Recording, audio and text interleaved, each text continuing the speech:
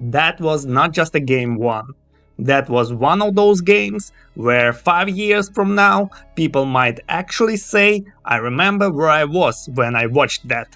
San Antonio beat Oklahoma City 122-115 in double overtime on the road without De'Aaron Fox against an OKC team that came into the series looking almost unbeatable. And somehow by the end of the night, the story was not just that the Spurs stole game one. The story was that Victor Wembanyama may have just kicked open the door to a completely different conversation. Because this was not just a great playoff performance. This was one of those "are we watching the best player in the world right now?" performances. So let's talk about it. The obvious place to start is Victor Wembanyama. And I don't know how you are supposed to analyze a game like this normally, because normal basketball rules kind of stop applying when he plays like this. He finished with 41 points, 24 rebounds, 3 blocks, played 49 minutes, and somehow still looked like he had more energy than some of the guards on the floor. That alone is insane. But the numbers don't even fully explain what it felt like. He was everywhere. Defensive glass, offensive glass, protecting the rim, switching out, altering shots, finishing inside, hitting free throws, making clutch plays, and then of course pulling up from basically the logo to tie the game late. And that shot is probably going to be the image everyone remembers. I had the same feeling as the famous Steph Curry shot against OKC. Not exactly the same situation obviously, because Wemby's shot tied the game instead of winning it, but the feeling was similar. Road playoff game, crowd going crazy, OKC thinking they might have finally survived. And then Wemby just pulls from the absurd range like it's nothing. That's the kind of shot where you don't even get mad at the defense, you just stare at the screen like, okay, so this is what we're doing now? What made the game so good is that OKC didn't just roll over. It was a real back and forth fight. Wemby would make play, OKC would answer, Caruso would hit a 3, Wemby would come back, Jalen Williams would hit a big shot, the Spurs would respond again.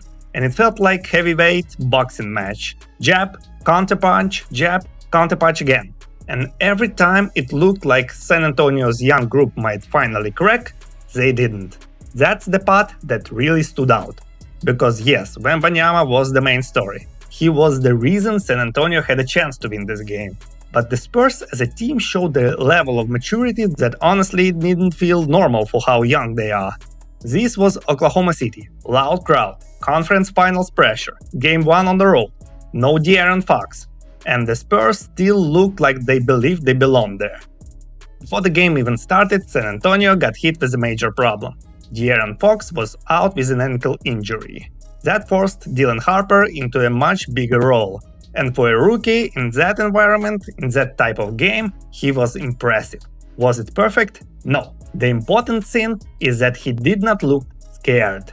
He played heavy minutes, he attacked the rim, he used his strengths, he created separation, he gave the Spurs real offensive possessions when they needed someone other than Wemby to make something happen. And what says even more is that San Antonio trusted him.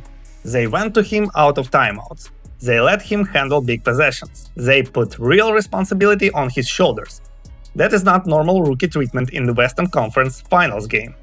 And then you add Stephon into the mix. Castle's night was messy, but important. The 11 turnovers are obviously not good. You can't just ignore that. Against a team like OKC, those mistakes can kill you. But he also had 11 assists and played serious defense. He gave San Antonio size, toughness, and perimeter resistance. So with Castle, it was not a clean game, but it was still a winning impact game. And that's kind of the Spurs in general right now. They are young, they are going to make mistakes, but the talent is so real and the confidence is already there. Now from OKC's side, this loss has to hurt, because they got the Alex Caruso game. Caruso had 31 points, hit 8 threes, and gave them exactly the kind of random playoff explosions that usually swings the game. This is not something you can count on every night. And it wasn't just shooting. He was making hustle plays, defending, running in transition, doing all the Caruso stuff that makes him so valuable. The problem is, even that was not enough, and that's why this loss is scary for OKC. Because if Alex Caruso gives you 31 in a playoff game at home and you still lose, then something went wrong. Part of it was Wemby being Wemby. Part of it was SGA not playing to his usual standard. And part of it was that some of OKC's supporting pieces just didn't give enough. Isaiah Hartenstein struggled, Aaron Wiggins did not give them much, Dort was not especially impactful, Chet Holmgren has to be better. OKC is deep. But in this game, the depth did not really overwhelm San Antonio the way you might have expected.